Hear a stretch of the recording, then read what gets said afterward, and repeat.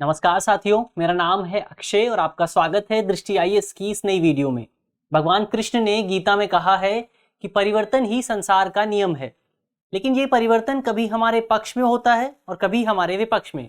अब महाराष्ट्र का ही उदाहरण ले लीजिए, जहां बदलते समीकरणों के कारण महाराष्ट्र सरकार के समक्ष एक बड़ी राजनीतिक चुनौती उत्पन्न हो गई है। और इस राजनीतिक चुनौती और महाराष्ट्र में आ रहे राजनीतिक समीकरणों के बदलाव ने महाराष्ट्र सरकार के समक्ष एक बड़ा राजनीतिक संकट पैदा कर दिया है। आज इस वीडियो में हम महाराष्ट्र सरकार के समक्ष मौजूद इसी राजनीतिक संकट पर चर्चा करेंगे और इससे संबंधित तमाम पहलुओं को समझने की कोशिश करेंगे। वीडियो शुरू करते हैं और सबसे पहले वीडियो की रूपरेखा को समझ लेते हैं, यानी उन बिंदुओं की बात कर लेते हैं जिनके माध्यम से हम अपनी चर्चा को आगे बढ़ाएंगे। तो वीडियो में सबसे पहले हम न्यूज यानी खबर को देखेंगे। इसके बाद जानेंगे कि महाराष्ट्र का आखिर ये राजनीतिक और सियासी संकट है क्या। इस संकट की पृष्ठभूमि को समझने की कोशिश करेंगे। साथ ही इस संकट के क्या मायने हो सकते हैं, क्या परिणाम हो सकते हैं और इस संबंध में कानून यानी एंटी डिफेक्शन लॉ अपनी क्या भूमिका अदा कर सकता है, उसे भी समझने की कोशिश करेंगे। साथ ही इस संबंध में राज्यपाल की क्या भूमिका हो सकती है, महाराष्ट्र में राज्यपाल किस तरह की भूमिका अदा कर सकते हैं, इस पूरे संकट को सुलझाने में राज्यपाल का क्या योगदान हो सकता है, उस पर भी बात करेंगे। इसके अलावा इसमें फ्लोर टेस्ट क्या होता है, फ्लोर टेस्ट को लेकर बात की जा रही है, फ्लोर टेस्ट की अवधारणा को समझने की कोशिश करेंगे। साथ ही ये जो राजनीतिक संकट है, आगे आने वाले समय में इसका क्या भविष्य हो सकता है, इस संकट के कारण हमें महाराष्ट्र की राजनीति में क्या बदलाव देखने को मिल सकते हैं, उन बदलावों पर भी बात करेंगे। अंत में एक प्रश्न पर भी बात करेंगे जिसे आप मेंस के स्तर पर सॉल्व करने की कोशिश कर सकते हैं। ये जो पूरा विषय है वो सामान्य अध्ययन प्रश्न पत्र 2 से संबंधित है और आप इसे राज्य व्यवस्था और राज्य विधायिका जैसे खंडों से जोड़कर देख सकते हैं। वीडियो शुरू करते हैं और सबसे पहले आज की खबर देख लेते हैं। आज की हमारी खबर इंडियन एक्सप्रेस के एक्सप्लेन्ड सेक्शन से है। खबर है, in Maharashtra political crisis power of governor floor test law in spotlight. यानी महाराष्ट्र में जो एक पॉलिटिकल क्राइसिस चल रही है, जो राजनीति एक सियासी एक संकट चल रहा है, उस संकट में गवर्नर की क्या भूमिका हो सकती है और इसमें जो फ्लोर टेस्ट है, इस फ्लोर टेस्ट से संबंधित क्या प्रावधान है, इसको लेकर ये पूरी जो खबर है, जो पूरा आर्टिकल है वो लिखा गया है। चलिए अब शुरू करते हैं और सबसे पहले महाराष्ट्र के सियासी संकट को समझ लेते हैं। तो महाराष्ट्र का ये सियासी संकट साल 2019 में अक्टूबर महीने में तब शुरू हुआ जब महाराष्ट्र में विधानसभा के चुनाव आयोजित किए गए। इन चुनावों के दौरान तकरीबन महाराष्ट्र की 289 सीटों पर मतदान हुआ और चुनाव जीतने के लिए, अपनी सरकार बनाने के लिए लगभग 145 सीटों की जरूरत थी सभी राजनीतिक दलों को, यानी 145 इसमें मैजिक नंबर था। लेकिन कोई भी दल इस पूरे चुनाव में ये मैजिक नंबर प्राप्त ही नहीं कर पाया। चुनाव के जब परिणाम सामने आए तो परिणाम कुछ इस तरह थे कि बीजेपी को 105 वोट प्राप्त हुए थे, यानी भारतीय जनता को 105 सीटें प्राप्त हुई थी, शिवसेना को 56 सीटें प्राप्त हुई थी, कांग्रेस को 44 सीटें प्राप्त हुई थी और एनसीपी यानी नेशनलिस्ट कांग्रेस पार्टी को लगभग 54 सीटें प्राप्त हुई थी। यानी किसी भी पार्टी को ये मैजिक नंबर प्राप्त नहीं हुआ था। ऐसे में सरकार बनाना बहुत ही मुश्किल हो गया था और उस समय भी महाराष्ट्र में एक राजनीतिक संकट पैदा हो गया था। लेकिन बाद में इस राजनीतिक संकट को सुलझाने के लिए 3 पार्टियां एक साथ आईं और एक नया गठबंधन बनाया गया। इस गठबंधन का नाम था महाविकास आघाड़ी यानी MVA। इस नाम से एक गठबंधन बनाया गया और इसमें 3 पार्टियां शामिल थी।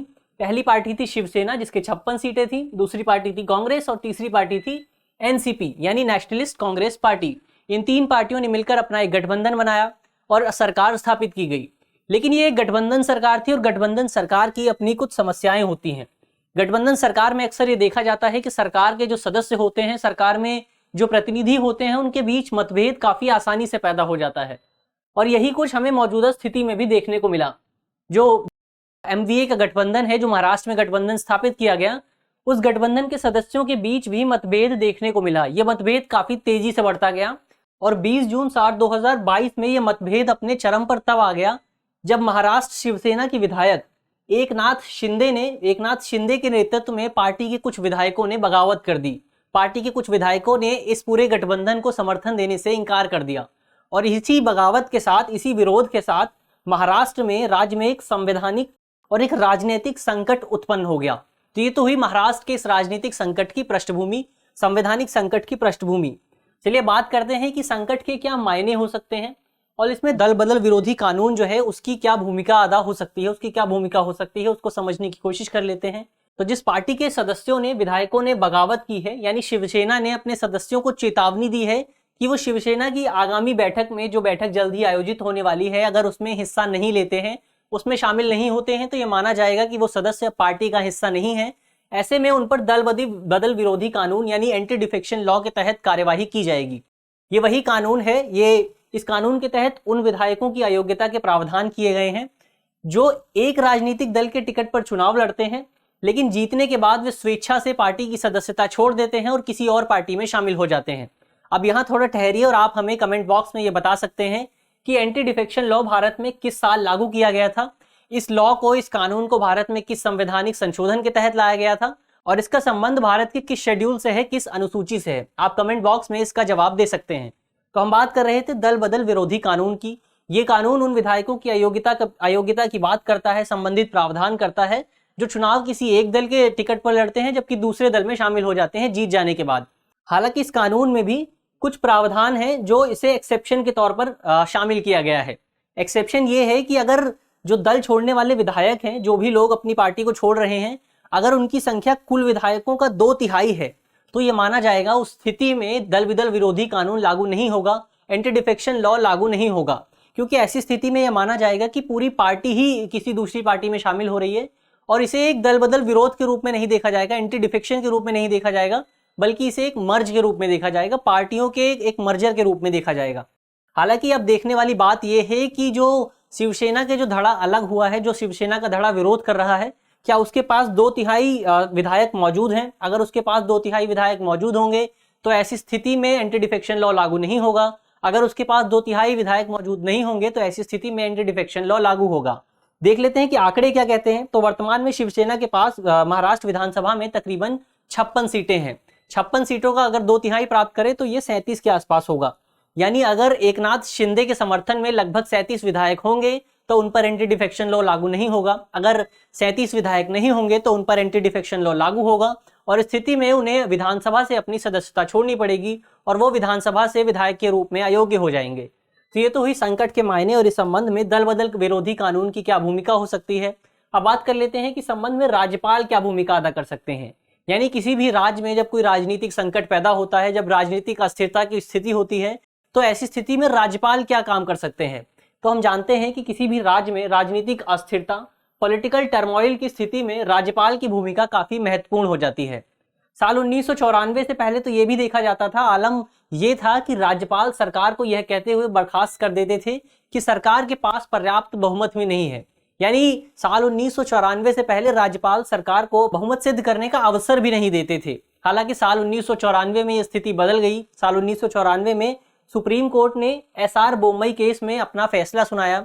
सुप्रीम कोर्ट ने अपने डिसीजन में कहा कि बहुमत निर्धारण करने का फैसला विधायिका द्वारा लिया जाना चाहिए, ना कि कार्यपालिका द्वारा।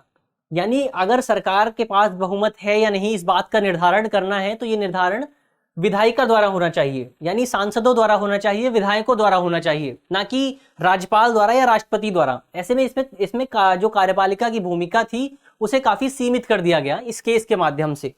इसके अलावा भारतीय संविधान में भी संबंध में कुछ प्रावधान किए गए हैं राज्यपाल को लेकर। भारतीय संविधान का अनुच्छेद 174(2)(b) के मुताबिक राज्यपाल को कैबिनेट की सलाह पर विधानसभा को भंग करने की शक्तियां दी गई हैं।